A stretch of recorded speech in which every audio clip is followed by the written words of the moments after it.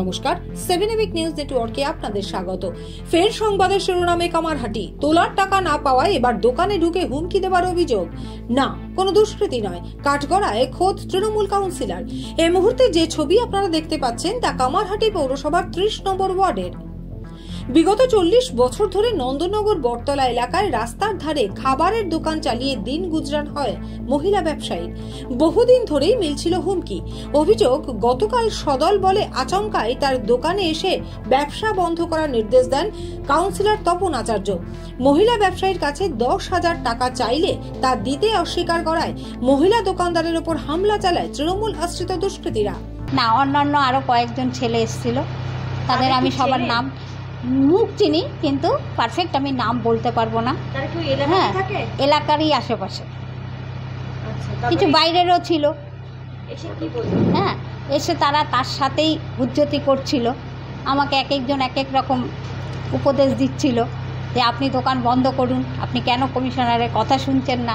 তখন আমি বাধ্যতামূলক বলেছি, ওয়ার্ডটা তো ওনার নয়, আমার দোকানে হস্তক্ষেপ করার অধিকার ওনার থাকতে পারে না। আমার দোকান, আমার রুটি রোজগারে বাধা দেওয়ার অধিকার ওনাকে কে দিয়েছে? হ্যাঁ, আমার রাখতে হয় আমি। এবং এমনও হুমকি দিয়েছে যে বুলডাজ দিয়ে আমাকে উড়িয়ে দেবে দোকান। হ্যাঁ, উড়িয়ে দেবে। তখন আমি বললাম যে বুলডাজ দিয়ে যদি উড়াতে হয় আমি দাঁড়াবো, আমার ওপর দিয়ে বুলডাজ যাবে। আমি এইভাবেই দোকানটা খুলতে বাধ্য হয়েছি। তখন ধস্তাধস্তি হয়েছে। হ্যাঁ, এবং আমি হ্যাঁ হ্যাঁ আমার ওপরে, হ্যাঁ আমি একাই দোকানদারি করি এবং সব কিছু পরিচালনা আমিই করি। সেই দোকান আমি করি 40 বছর থেকে।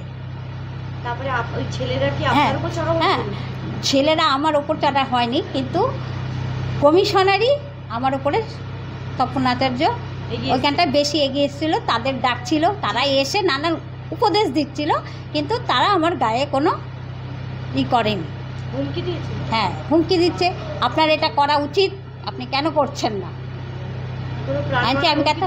হ্যাঁ হ্যাঁ বলেছে এটা কিন্তু বিপরীতে খুব খারাপ হবে, আপনার বাচ্চাটা দায় হয়ে যাবে। কিছুদিন আগে বলেছে, তারপরে হ্যাঁ চুপ ছিল।